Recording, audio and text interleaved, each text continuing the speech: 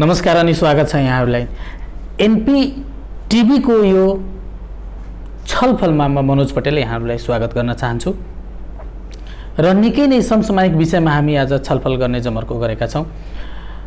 देशको मेरुदण्ड र देश विकासको मेरुदण्डको रूपमा शिक्षा क्षेत्र जुन छ र जुन शिक्षा क्षेत्रको अहिले अवस्था नेपालमा जर्जर अवस्थामा पुगिरहेको छ, यो किन यस्तो भयो र यसलाई अब समाज, नागरिक समाज र हामीहरूको दायित्व के छ, हामी कसरी नेपालको शिक्षालाई अगाडि बढाउन सक्छौं आदि इत्यादि विषयको सेरोफेरोमा रहेर आज हामी यो छलफल तयार गर्दैछौं। र मधेसको खास गरी र नेपालकै पनि कुरा गर्दाखेरि पनि नेपालको शिक्षाको क्षेत्रमा अतुलनीय भूमिका निर्वाह गरेको नेपालकै त्रिभुवन युनिभर्सिटी भन्दा पनि जेठो क्याम्पसको रूपमा रहेको र त्रिभुवन युनिभर्सिटीको स्थापना भइसकेपछि त्रिभुवन युनिभर्सिटीको काठमाडौँ बाहिरको पहिलो आङ्गिक क्याम्पसको रूपमा स्थापना भएको ठाकुराम बहुमुखी क्याम्पसको इतिहास र वर्तमानको विषयमा हामी छलफल आज गर्नेछौँ। यहाँहरूलाई अनुरोध छ यो हाम्रो छलफललाई पुरा समय दिएर गम्भीरताको साथ सुन्नुहुनेछ भने म यहाँहरूलाई अनुरोध गर्न चाहन्छु, किनभने शिक्षाले नै समाजलाई परिवर्तन गर्ने भएको र शिक्षाले नै समाज परिवर्तनको एउटा संवाहक शिक्षा नै रहेको कारणले गर्दा शिक्षालाई हामीले अलि बढी फोकस दिनुपर्ने बेला भइसकेको छ अथवा हामी ढिलो भइरहेछौँ।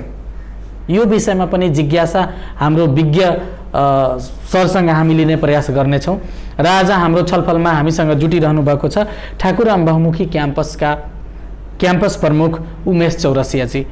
उहाँ हालै ठाकुराम बहुमुखी क्याम्पसको नेतृत्व लिनुभएको छ र नेतृत्व लिएको बेलादेखि नै उहाँले अब कसरी ठाकुराम बहुमुखी क्याम्पसलाई वीरगंजको एउटा नमुना होइन कि देशकै एउटा नमुना क्याम्पसको रूपमा स्थापना गर्न सकिन्छ भने दृढताका साथ उहाँ लागिरहनु भएको छ र त्यस्ता स्टेक होल्डर उहाँ खोजिरहनु भएको छ, नागरिक समाजको सहयोग खोजिरहनु भएको छ, राजनीतिक प्रतिनिधि, राजनीतिक दलको कमिटमेन्ट उहाँ खोजिरहनु भएको छ।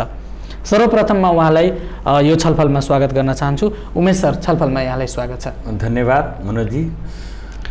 उमेश सर, सबैभन्दा पहिला म यहाँसँग संक्षिप्त रूपमा जिज्ञासा लिन चाहन्छु, ठाकुराम बहुमुखी क्याम्पसको सुधार सम्भव छ कि छैन? किनभने अवस्था यस्तो जर्जर छ कि अब सकिँदैन भनेर पनि धेरै नेतृत्वहरू फेल भएर छोडेर हिँडेको अवस्था छ।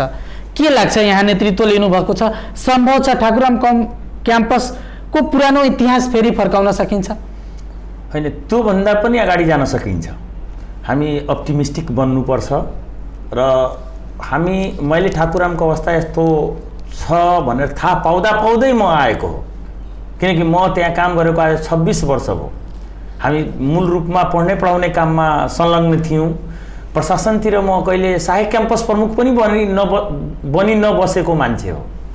अब युनिभर्सिटीले एकैचोटि क्याम्पसशिपका दायित्व दिएपछि म सुरु गरेको छु कामहरू र कस्तो छ भने लिडरसिपले ठुलो चेन्ज ल्याउँछ। जहाँ पनि लिडरसिपले एउटा इग्निसन दिने हो, बाँकी त सोसाइटीले त्यो कुरो खोजेकै हुन्छन् र सोसाइटी त्यो गतिमा जान्छ र हामी त्यही हिसाबका चाहे त्यसका मेन पावरलाई विभिन्न खाले ट्रेनिङ दिएर हाम्रो समाजको आवश्यकता बताएर या मोटिभेट गरेर जानुपर्ने हुनसक्छ।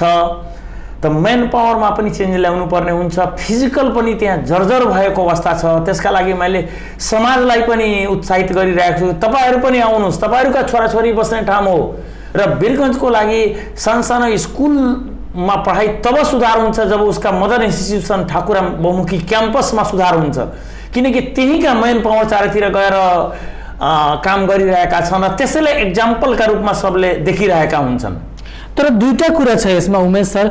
एक त ठाकुराम बहुमुखी क्याम्पस, नारायणी हस्पिटल जस्ता यहाँका संस्थाहरू छ, त्यहाँ मान्छे नेतृत्व लिन चाहँदैन, किनभने किन झमेलामा पर्नु पर्यो भनेर सोच्छन्।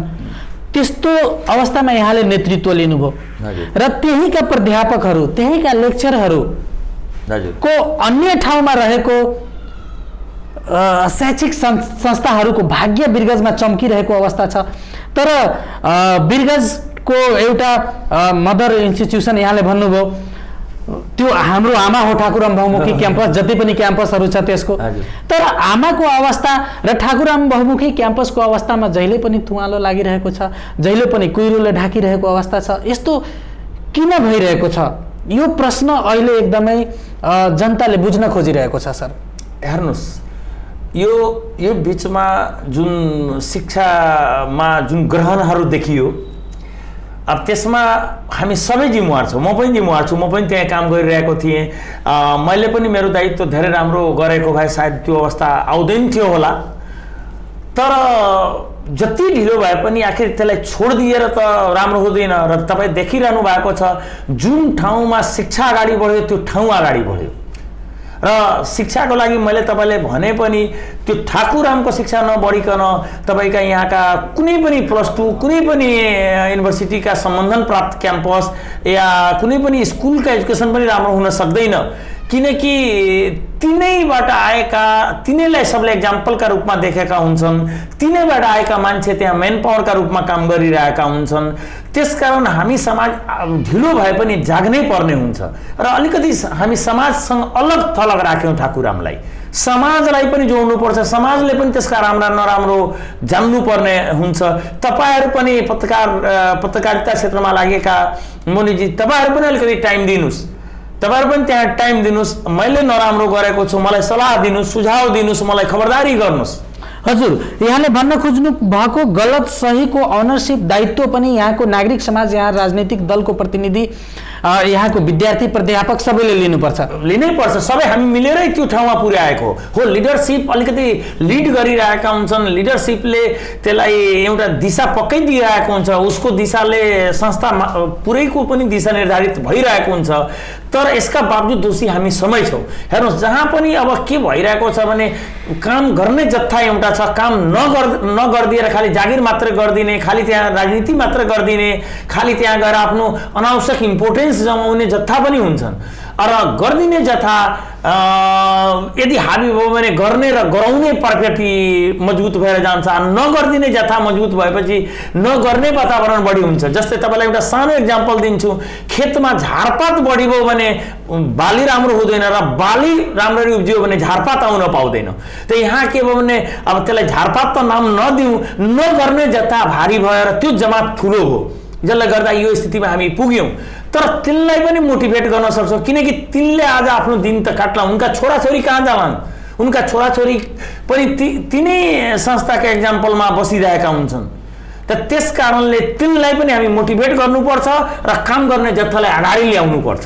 त यो जुन यो शैक्षिक संस्थाको जब पनि कुरा आउँछ, र खास गरी ठाकुराम बहुमुखी क्याम्पसको कुरा आउने बित्तिकै देशको एउटा प्रभुत्व वर्ग, एउटा विज्ञ, प्राध्यापक, गुरु, समाजलाई एउटा नयाँ दिशा आयाम दिने, एउटा मार्ग निर्देशन गर्ने व्यक्तित्वहरूको थलोको अवस्था त यस्तो छ, त अरू वीरगञ्जको अवस्था र विकासको बारेमा हामी कल्पना गर्न सक्छौँ सर? वीरगञ्जको अवस्था बुझ्नलाई हामीले वीरगञ्जका ठाकुरामका अवस्था र वीरगञ्जका स्वास्थ्यका प्रभुत्व बोकेका नारायणी हस्पिटलको अवस्थाले हामी वीरगञ्ज डिसाइड गर्न सक्छौँ। वीरगञ्ज भनेको एउटा हिस्ट्री बोकेको ठाउँ हो। तपाईँलाई थाहा छ, यहीँ बगलमा हेतौवा छ, सिमरा छ, तपाईँको नारायणघाट भरतपुर छ। त्यहाँ भनेको सुरुको बेलामा यहाँ वीरगञ्जका हामी मान्छेले त्यहाँ ड्राइभर खलासी बस्ने मान्छे हो, बाटोमा पर्दाखेरि ड्राइभर खलासीहरूको त्यो सहर हो भनेर चिन्थ्यौँ। तर आज देशका नमुना ठाउँका रूपमा त्यो विकास भयो र वीरगञ्जका हिस्ट्री त अझ पास्टमै गएर बस्यो। आज यो फोहोरको सहर हो भन्छन्। यहाँ भनेका लुटेराहरूका नाम दिएर यहाँ शिक्षाका लागि कोही पनि, जस्तै यहाँ आज 77 जिल्ला छ, हिजो 75 जिल्ला हुने गर्थ्यो। 75 जिल्लाका विद्यार्थी त्यहाँका होस्टलमा बसेको हामी देखाएका छौँ, हामी पनि त्यही पढेका छौँ। तर आज 75 जिल्ला होइन, हो 75 जिल्लाका आज पनि विद्यार्थी आइरहेका छन्। म क्याम्पस हुँदाहुँदै पनि स्वीकारिरहेको छु। धेरै जिल्लाका मान्छे आइरहेछ, किन? त्यहाँ गएर चिट चोर्न पाइन्छ होला, त्यहाँ नपढिकन सर्टिफिकेट पाइन्छ होला। त्यो धेरैले अरू जिल्लाका मान्छे आइरहेका छन्। तर म गएर पढ्छु, मेरो जीवन बनाउँछु, म एउटा सिप लिएर अगाडि बढ्छु, त्यसको लागि त्यहाँ आएका अवस्था अब कम छ। एउटा कुरा यसमा म जोड्न चाहन्छु उमेश सर। हजुर, नारायणी हस्पिटलको हामीले कुरा गर्छौँ, ठाकुराम बहुमुखी क्याम्पसको कुरा गर्छौँ। जस्तै मेडिकल माफियाहरू यस्तो छ जसले नारायणी हस्पिटललाई धरापमा पारिरहेको छ र आफ्नो भाग्य चम्काइरहेछ अथवा आफ्नो निजी संस्थाहरू चम्काइरहेको छ। त्यस्तो शैक्षिक माफियाहरूले पनि ठाकुराम बहुमुखी क्याम्पसमा हमला बोलेको छ र उनीहरूले आफ्नो ठाकुराम बहुमुखी क्याम्पसलाई पछाडि धकेलेर ठाकुराम बहुमुखी क्याम्पसको भविष्यलाई पछाडि धकेलेर आफ्नो भविष्य बनाउँदैछ। के पाउनुभयो यहाँले नेतृत्व लिइसकेपछि? हेर्नुहोस् कस्तो छन् मनोजजी, समाजमा सङ्घर्ष चलिरहन्छ। सङ्घर्ष यो समाजको नियम हो र अब ऊ आफ्नो म कसरी अगाडि बढ्छु त्यो खोजिरहेको हुन्छ। तर ठाकुराम जोसँग हरेक संसाधन छ, आज ठाकुरामसँग 16 बिघाभन्दा बढ्ता जग्गा छ, जुन आदर्श नगर वीरगञ्जका जसलाई हामी मुटु भन्छ त्यो ठाउँमा रहेको ठाउँ हो। अब तपाईँ अलि कल्पना गर्नुहोस्, ठाकुराम जसले जुन दाताले गर्नुभयो, उहाँका छोराछोरी जस्तै रघुवीर राम महावीर रामजीहरू, जुन उहाँहरूले त्यो बेलामा आफू चाहिँ साना धान चामलका व्यापार गर्थे तर यहाँ एजुकेसनका सेन्टर बन्नुपर्छ, त्यो हिसाबले उहाँहरूले त्यत्रो ठुलो लगानी गर्नुभयो। त्यो बेला ठाकुराम जस्तो क्याम्पस यहाँ हुनुपर्छ त्यो सोच उहाँहरूले ल्याउनु भयो। उहाँहरूको त्यागलाई पनि हामी बुझिदिउँ। उहाँहरू आफू व्यापारमा हुँदाहुँदै पनि पढाइ हुनुपर्छ र शिक्षाका ठुला मन्दिर बन्नुपर्छ त्यो सोचमा उहाँहरू यो कुरो गर्नुभयो। तर यो शिक्षा माफियाहरूले किन बुझ्दैन सर? होइन, शिक्षा माफियाले ल ठिक छ, उसले आफ्नो प्रकारका प्रयास गर्छ, उसको नामै जब माफिया तपाईँ राख्नुभयो, उसले त माफियाका काम गर्न खोज्छ। तर उनलाई हामी ठाकुरामका परिवारले, यो नागरिक समाजले यदि हामीले कामले जित्दिने हो भने उसको त काम चल्दैन। आगा पनि ठाकुरामसँग जुन जति विद्यार्थी छन्, जति ठाकुराम कलेजको शिक्षा सस्तो छ उमेश सर, ठाकुराम क्याम्पसको शिक्षा सस्तो छ, अस्तरीय भइदियो भने गरिबका, किसानका, दलितका, उत्पीडनमा परेका वर्गको छोराछोरी किन निजी क्याम्पसमा जानुपर्छ? होइन, यो स्वाभाविक हो, यो स्वाभाविक कुरो हो कि म सित्तैमा र त्यो एउटा ब्रान्ड बोकेको क्याम्पस हो, त्यसका ब्रान्ड म ठाकुरामबाट पढेको भने देशका प्रत्येक मान्छेले कहाँ छ ठाकुराम भनेर बुझ्छन्। अनि त्यो नाम चिनाउनु भन्दा हामी सानसानो नाममा आफूलाई खुसी पारिरहेछौँ। तर हामीसँग बाध्यता छ। अब त्यहाँ शिक्षाका अलिकति वातावरण जुन चाहिनुपर्ने त्यो वातावरण भइरहेको छैन। टिचर्सहरूले पनि अब सबैलाई त म दोष नदिउँ, तर त्यहाँ पनि त्यो जत्था छ जसले चाहिँ क्लास हुनुपर्छ पनि चाहेको छ र गर्नुपर्छ, जे गरी जतिसुकै दुःख भए पनि गर्नुपर्छ पनि जत्ताका पनि छन्। तर त्यो पनि छन् कि के बहानामा चाहिँ हामीले क्लासै लिनु नपरोस्, हामीले कामै गर्नु नपरोस्, त्यहाँका कर्मचारीहरूले काम गरे बापत 2 पैसा अलगबाट अर्निङका मेरो सोर्स बनोस्, त्यो जत्था पनि त्यहाँ छ। र त्यही जत्था हाबी भएर यो दिन आएको। म पनि जान्छु प्रत्येक दिन बिहानदेखि बेलुकासम्म लगभग मेरो 90% एनर्जी त तिनै जत्थासँग जुत्दा बितेको हुन्छ। अब उमेश चौरसिया सरले के चाहनु भएको छ? तपाईँलाई युनियनले जहिले पनि जो तालाबन्दी गर्छ, वर्गीय अहिले संगठन छ युनियन सोभी त छैन, तर विभिन्न पार्टीका वर्गीय संगठन, विद्यार्थी वर्गीय संगठनहरू जुन रहेको छ, जहिले पनि तालाबन्दी गरिदिने, क्लास हुन नदिने, प्रशासन कार्यालयमा तालाबन्दी गरिदिने जुन परिपाटी छ, एउटा त्यो वर्ग र एउटा प्राध्यापकहरू जसको बलबुतामा शिक्षा क्षेत्रले त्यहाँ ठाकुरामको बहुमुखी क्याम्पसमा आयाम परिवर्तन लिन सक्छ। अर्को पक्ष नागरिक समाज र अर्को पक्ष राजनीतिक समाज, यो 3-4वटा जुन पक्ष छ, उहाँहरूसँग अब तपाईँले के चाहनु भएको छ? के भइदियो भने ठाकुराम बहुमुखी क्याम्पस छिटै नै फेरि वीरगञ्जको नमुना क्याम्पस बन्न सक्छ? होइन, यहाँ के छ भने जुन पनि समाजलाई सबभन्दा लिड गर्ने भनेको पोलिटिकल पार्टिज हुन्छन्। त्यसपछि त्यसलाई लिड गर्ने भनेका त्यहाँका शैक्षिक जगतका मान्छेहरू, नागरिक समाज लगायतहरू हुन्छ। त म यहाँका सम्पूर्ण पार्टीसँग ठाकुराम क्याम्पसमै बोलाइदिएर मेरो चाहना छ कि उनीहरूसँग एउटा घनीभूत छलफल गरौँ कि अब ठाकुराम क्याम्पसको अवस्था यो छ, यसलाई ढाकछोप गरेर मैले कुरा गरिरहेको छैन। यसलाई अब हाम्रो कमसेकम यो ठाउँमा पुग्नै पर्ने हुन्छ। वीरगञ्जलाई शैक्षिक हब बनाउनलाई पहिले ठाकुरामबाट हामी सुरु गर्नै पर्ने हुन्छ। त्यहाँका भौतिक अवस्था पनि यो छ, यसमा सबैजना लागौँ र हामी यसरी बढौँ। र उहाँहरूलाई म अहिलेसम्म के छ भने ठाकुराम क्याम्पस, त्यहाँका क्याम्पससिप, त्यहाँका प्राध्यापक, त्यहाँका कर्मचारी र त्यहाँका राजनीति गर्ने विद्यार्थी सङ्गठनहरूकै हेराफेरामा त्यो ठाकुराम क्याम्पस चलिरहेको हुन्थ्यो। त्यहाँका प्रत्येक डिसिजनमा उहाँहरू नै सहभागी हुनुहुन्थ्यो। म अबका डिसिजनमा यहाँका समाज पनि सहभागी होस्, यहाँका राजनीतिक पार्टी पनि सहभागी होस्, यहाँका तपाईँहरू पनि स्टेक होल्डर हुनुहुन्छ, तपाईँहरू पनि यसमा सहभागीमा आउनुहोस्। तपाईँहरू पनि मसँग पनि प्रश्न गर्नुहोस्, तिनसँग पनि प्रश्न गर्नुहोस्, किन यस्तो गर्नुभयो? योभन्दा यस्तो किन नगर्नु भएको? अझ समाजका तपाईँ पनि विभिन्न वर्गलाई यहाँ गएर त्यहाँका भौतिक अवस्थामा पनि तपाईँहरू पनि आएर अलिकति केही गरिदिनुहोस्, तपाईँहरूको पनि एउटा सोसल दायित्व छ। तर बजेट दिएन केन्द्रले, जहिले पनि त्रिभुवन युनिभर्सिटीले बजेटै पठाइदिएन भन्ने कुराहरू आउँछ। वीरगञ्ज त एउटा आफै इकोनोमिकल क्यापिटल हो, यहाँ धेरै सहयोग गर्ने साथीहरू हुनुहुन्छ, व्यापारीहरू त्यस्तो हुनुहुन्छ, समाजको लागि डोनेट गरिदिने केही समाज जसले यत्रो जग्गा डोनेट दिने मान्छे जब यहाँ छ भने एउटा सानो पङ्खाको लागि, एउटा टेबलको लागि पनि त्रिभुवन युनिभर्सिटीको मुख ताक्ने अवस्था छ उमेश सर? होइन, तपाईँले बताउँछु, म आएको 5.5 महिना भयो। 5.5 महिनामा मैले अब आजसम्म वीरगञ्ज महानगरपालिका जसले शिक्षामा धेरै उसले पनि लगानी गरिरहेको छ, अब उनलाई पनि मैले मेयर साहबलाई रिक्वेस्ट गरेँ, उहाँले हाम्रो अगाडिका बिल्डिङका पेन्ट गरिदिनु भयो। उहाँले चाहिँ हामी त्यहाँ गर्ल्स होस्टल लगायत एजुकेसन क्याम्पस चारतिर वाल गरिदिने जमर्को गर्नुभयो। अहिले वीरगञ्जमा फालिने माटो र कचराहरू महानगरपालिकालाई मैले अनुरोध गरेँ, उहाँले चाहिँ अब त्यहाँ खाल्टो भएर पानी जमेको अवस्था छ, गरिदिइरहनु भएको छ। त्यस्तै तपाईँको त्यहाँका समाजका मान्छेलाई, विभिन्न वर्गलाई, कसैलाई त्यहाँ स्टुडेन्ट पार्क थोरै बनाइदिने, कसैलाई चाहिँ मैले यहाँ पङ्खा लगाइदिनुहोस् भनिदिने, कसैलाई खाने पानीको व्यवस्था गरिदिनुहोस्, यस्तो मैले रिक्वेस्ट गर्दै हिँडेको छु। तपाईँहरू पनि कोही छ भने ल्याउनुहोस्।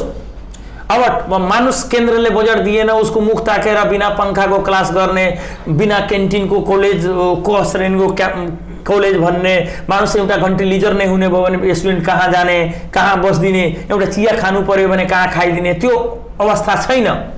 त्यहाँ के छ भने दाताले दिएका कुरो पनि बिस्तारै सुक्दै गएको छ। र म दाता परिवारलाई पनि, तपाईँहरू पनि यत्रो लगानी तपाईँका पुर्खाले गर्नुभयो, तपाईँहरू पनि जागिदिनुहोस्, तपाईँहरू पनि ठाकुरामका कुरोमा कन्सर्न राखिदिनुहोस्। तपाईँहरूले राख्यो भने तपाईँहरूको परिवारप्रति वीरगञ्जको एउटा उच्च सद्भाव छ। अनि उहाँहरूलाई पनि मैले बारम्बार भनिरहेको छु र उहाँहरूले पनि हामी गर्छौँ भनिरहनु भएको छ। अब रह्यो कि त्यो त्रिभुवन युनिभर्सिटीका एउटा अङ्ग हो, हामीले त्रिभुवन युनिभर्सिटीका रुललाई नकार्न सक्दैनौँ र अझ त्यसलाई युनिभर्सिटी, वीरगञ्जमा युनिभर्सिटीको आवश्यकता छ, युनिभर्सिटी गर्नलाई पनि, युनिभर्सिटी बनाइदिनलाई पनि हामी पहलतिर बढेका छौँ। तपाईँलाई एउटा सानो कुरो जानकारी गरौँ, हामीले यहाँका मुख्यमन्त्रीजीसँग पनि भर्खर मात्रै आजभन्दा 5-7 दिन अगाडि पनि हाम्रो डिस्कसन भयो। उहाँको वीरगञ्जमा विज्ञान तथा प्रविधि विश्वविद्यालय बनाउँछौँ, तपाईँ ठाकुरामलाई ठाम दिनुहोस् हामीलाई, हामी जुन बजेटहरू आउँछ त्यसले गर्दाखेरि त्यहाँनिर हामीले बिल्डिङ बनाउँछौँ र 10 साल 15 सालमा हामी हाम्रो ठाउँमा जान्छौँ, तबसम्म यो बिल्डिङ र पूर्वाधारहरू त ठाकुरामकै हुन जान्छ।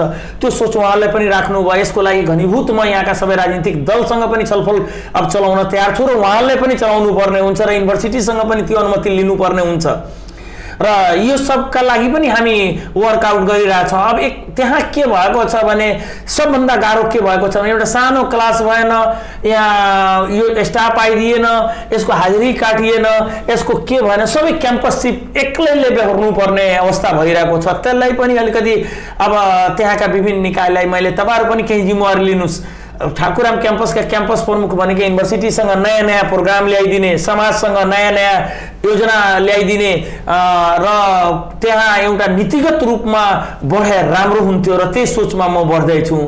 अब उमेश सर, अन्तमा हजुर, समाजले यदि सहयोग गर्यो भने उमेश चौरसिया सक्छ कि सक्दैन?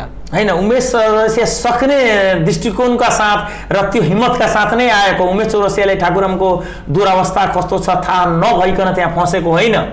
अब रह्यो कि हामीले पनि आफ्ना छोराछोरीको लागि गऱ्यौँ पुरा जिन्दगी। आज मैले पनि 26 वर्ष यो पेसामा बिताएँ।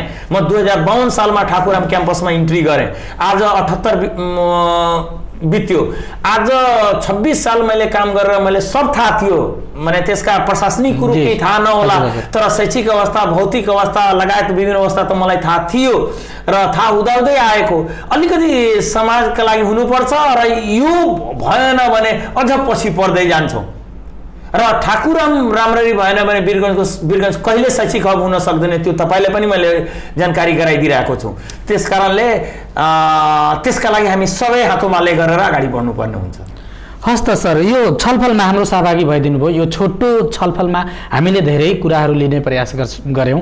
यो छलफलमा यहाँ सहभागी भइदिनु भयो, यसको लागि यहाँलाई धेरै धेरै धन्यवाद छ। होइन, त्यो मेरो दायित्व पनि थियो र तपाईँहरू पनि यस्ता कुरोलाई समाजले महत्त्व दिनुपर्छ त्यो महत्त्वका साथ देखिदिएर मलाई बोलाउनु भयो मनोजी। त्यसका लागि तपाईँलाई पनि धेरै धेरै धन्यवाद। तपाईँको नेपाल पोस्ट डेलीलाई पनि परिवारलाई पनि मेरो तर्फबाट धेरै धेरै धन्यवाद। र विशेष धन्यवाद हाम्रा श्रोताहरू र दर्शकहरू जुन अहिले हाम्रो कार्यक्रम हामीलाई सुनिरहनु भएको छ र हामीलाई हेरिरहनु भएको छ। हाम्रो युट्युब च्यानल एनपी टिभीमा यो भिडियो हेरिदिनु भएकोमा अहिलेसम्म यहाँहरूलाई धेरै धेरै धन्यवाद। र यो भिडियो तयार गरिदिनु हुनको लागि सहयोग गर्नुहुने हाम्रो सन्तोषजी र त्यसै गरी छोटु रौनिहारजी दुवैजनालाई म धेरै धेरै धन्यवाद दिन चाहन्छु। र यस्तै छलफलको साथमा हामी पुनः पनि उपस्थित हुनेछौँ। आजको यो छलफलबाट शिक्षा क्षेत्र र खास गरी बिरगंजको शिक्षा क्षेत्रको विकासको लागि र ठाकुराम बहुमुखी क्याम्पसलाई एउटा बिरगंजको शैक्षिक हब र नमुना क्याम्पस बनाउनको लागि पक्कै पनि नागरिक समाज, बिरगंजको राजनीतिक दल, नागरिक अगुवा, सामाजिक व्यक्तित्वहरूले, प्राध्यापकहरूले, सब क्षेत्रका व्यक्तित्वहरूले सहयोग गर्नुहुनेछ भन्ने हामीलाई पनि आशा लागेको छ। हाम्रो उमेश सरलाई पनि आशा लागेको छ र उहाँले भन्नु पनि भयो कि हामी यदि प्रयास गर्यौँ भने सकिन्छ, असम्भव भन्ने कुरा केही पनि हुँदैन। यति भन्दै आजको छलफलबाट म मनोज पटेल पनि ओझेलमा पर्न चाहन्छु। हवस् त, नमस्कार, शुभ दिन।